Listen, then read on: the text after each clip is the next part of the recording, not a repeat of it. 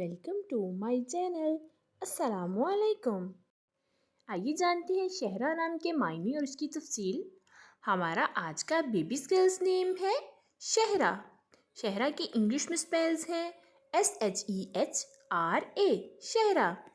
ये एक Islamic name है और लड़कियों के लिए रखा जाता है ये नाम।